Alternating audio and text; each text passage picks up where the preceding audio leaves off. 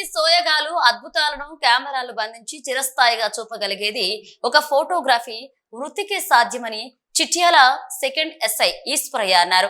జయశంకర్ భూపాలపల్లి జిల్లా చిట్యాల మండలం ప్రభుత్వ పాఠశాల ప్రాంగణంలో ఫోటోగ్రఫీ యూనియన్ సంఘ ఆధ్వర్యంలో 2025 సంవత్సర డైరీలను ఎస్ఐ ఈశ్వరయ్య చేతుల మీదుగా ఆవిష్కరించారు.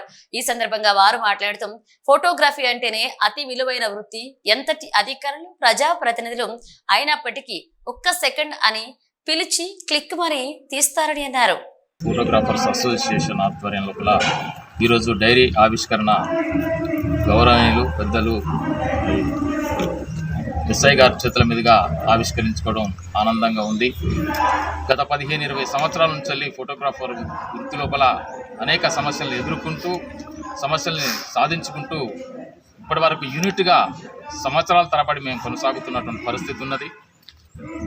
ఎప్పటికీ ఇలాగే కొనసాగుతూ మున్ముందుకు సామాజికమైనటువంటి కార్యక్రమాలు చేపడుతూ అందరికీ ఆదర్శంగా నిలుస్తూ ఒక మంచి వాతావరణంలో ఫోటోగ్రాఫర్స్ని అందరికీ అన్ని రకాలుగా సహకరిస్తూ ఉన్నవారిని లేని వారిని గమనిస్తూ సామాజికంగా సమస్యలు ఏమైనా ఉన్నట్టయితే పరిష్కరించుకుంటూ మేము ఇప్పటివరకు 15-20 సంవత్సరాల నుంచి ఇప్పటిదాకా మా ప్రయాణము కొనసాగించాము. అందరికీ ఆదర్శంగా నిలుస్తున్నటువంటి పరిస్థితి లోపల మరి మాకు చాలా ఆనందంగా ఉంది. ఈరోజు ఈ కార్యక్రమానికి ఎస్ఐ గారు రావడం సంతోషకరమైనటువంటి విషయం తెలియజేస్తూ మరి మా సమస్యలు ఏమైనా ఉన్నట్టయితే పెద్దలు చాలా రకాలుగా ఇబ్బందులు పడుతున్నటువంటి పరిస్థితి, ఫోటో స్టూడియోలు నడవక ఇంటి దగ్గరనే వండుకుంటూ కిరాయి కట్టుకోలేని పరిస్థితి లోపల ఆవేదనలో ఉన్నటువంటి ఫోటోగ్రాఫర్స్ కుటుంబాలు మరి రాత్రానక పగలనక పని చేసుకుంటేనే బ్రతికే పరిస్థితి ఉన్నది.